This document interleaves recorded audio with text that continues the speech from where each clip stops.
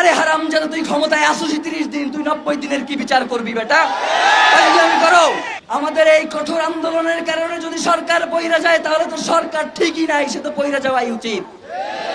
সরকারের যদি এই সামান্য আমাদের এই বক্তব্যই যদি সহ্য না হয়, তারা যদি এই ছোট্ট অল্প পরিসরের মানুষগুলোকেই মনে করে তারা হুমকি, যেই মানুষগুলো বাংলাদেশের স্বাধীনতা সার্বভৌমত্বকে টিকিয়ে রাখতে চায়, তাদেরকে যদি তারা হুমকি মনে করে, তাহলে আমরা মনে করছি যারা এখন সরকারে রয়েছে তারা বাংলাদেশের স্বাধীনতা সার্বভৌমত্বের শত্রু, তারা বাংলাদেশে ইনসাফ কায়েমের শত্রু, তারা বাংলাদেশের স্থিতিশীলতার শত্রু।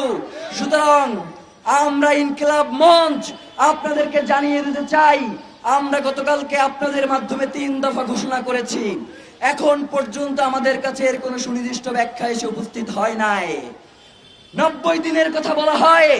আরে হারামজাদা, তুই ক্ষমতায় আসিস 30 দিন, তুই 90 দিনের কি বিচার করবি বেটা? ফাইজলামি করো। 90 দিনের কথা বলে আগামী 30 কার্য দিবসের মধ্যে দ্রুত বিচারিক ট্রাইব্যুনালের মধ্য দিয়ে আন্তর্জাতিক গোয়েন্দা সংস্থার যারা পেশাদারী এবং নির্ভরযোগ্য, তাদের মধ্য দিয়ে শরীফ ওসমান হাদির খুনের সাথে যারা জড়িত রয়েছে তাদেরকে গ্রেফতার করে আগামী 30 কার্য দিবসের মধ্যে বিচার নিশ্চিত করতে হবে। কোনো হাঙ্কি পাঙ্কি চলবে না।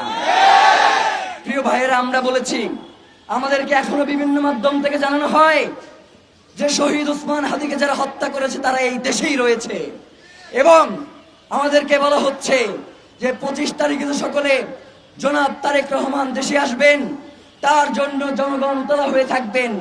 এই সময়ে এই সন্ত্রাসীদেরকে বাহিরে পাঠানোর একটা প্রক্রিয়া চলছে। আমরা বাংলাদেশের জনগণকে সাথে নিয়ে বলতে চাই, জনাব তারেক রহমান আসবেন, এর জন্য আমরা ইনকিলাব মঞ্চ 25 তারিখে কোনো প্রোগ্রাম রাখি নাই, এবং আমরা মনে করছি যে জনাব তারেক রহমান দেশে ফিরে আমাদের এই আন্দোলনের সাথে তিনিও একত্রতা পোষণ করবেন।